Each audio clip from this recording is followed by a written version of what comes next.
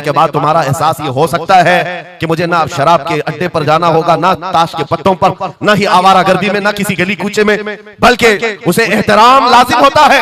मेरे अजीजों, मेरे अम्मामे की क्या बात, तुम्हारी गर्दन पर तो रसूलुल्लाह की निस्बत का पट्टा है। जिस जगह पर हो सिर्फ इतना ख्याल आ जाए कि मैं नबी पाक सल्लल्लाहु अलैहि वसल्लम का गुलाम हूं, कल को मेरे बदअमल किरदार से, मेरे किसी बुरे अखलाक से दुनिया हुजूर की तरफ उंगली ना उठाए, नबी पाक सल्लल्लाहु अलैहि वसल्लम की तरफ उंगली ना उठाए।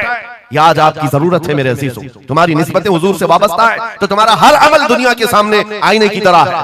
जानते हो, जब ईद हो, बकरीद हो, के जुलूस ईद मिलाद हो, दुनिया तुम्हें देखती है और पहचानना चाहती है कि कौन है मोहम्मद सल्लल्लाहु अलैहि वसल्लम। तुम अपने अखलाक से सफीर हो, तर्जुमान हो रसूलुल्लाह के, अपने अमाल से हुजूर पाक सल्लल्लाहु अलैहि वसल्लम की तर्जुमानी कर सकते हो और दुनिया हुजूर की तक पहुंचने का तुम जरिया बन सकते हो।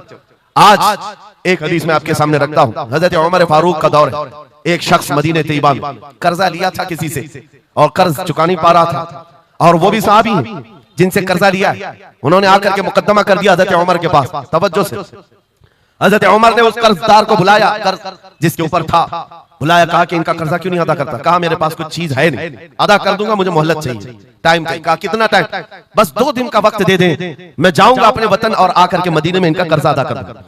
लेकिन अब वो पकड़ा गया हुआ आदमी है, इसको छोड़े तो किसकी जमानत पर छोड़े?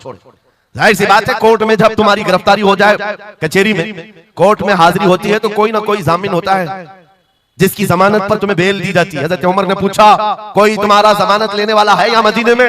कहा या रसूल अल्लाह, हजरत उमर से, या अमीर अल मोमिनीन, यहाँ पर कोई मेरा ऐसा है नहीं जो जमानत ले सकता है, क्योंकि मैं नया हूं, जमानत कोई लेने वाला है नहीं। कहा फिर कैसे जाएगा, बेल कैसे दी जाएगी? भरे मजमे में से एक सहाबी हजरत अबू दरदा खड़े होते हैं, कहते हैं अमीरुल मोमिनीन, मैं इसकी जमानत लेता हूं, मैं इसकी जमानत लेता हूं। हजरत उमर फारूक ने कहा, अगर ये बंदा 2 दिन के बाद नहीं लौटा तो तुम्हें जेल में रखा जाएगा। जामीन के साथ यही होता है ना।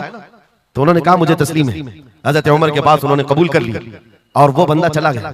3 लोग हैं यहाँ पर, एक कर्ज दिया हुआ आदमी, एक कर्ज लिया हुआ और एक जमानत दिया हुआ। ये तीनों लोग अदालत से रिलेटेड हैं। अभी 2 दिन गुजर गए, हजरत उमर इंतजार कर रहे थे, शाम करीब आ गई, अदालत लगी हुई थी। आपने पूछा कि फलां जो कर्जदार था आया? लोगों ने कहा अभी नहीं आया। कहा बुलाओ अबू दरदा को जिन्होंने जमानत दी थी। बुलाया गया, कहा तुम्हारी गिरफ्तारी हो सकती है, तुमने जिसकी जमानत ली थी वो नहीं आया।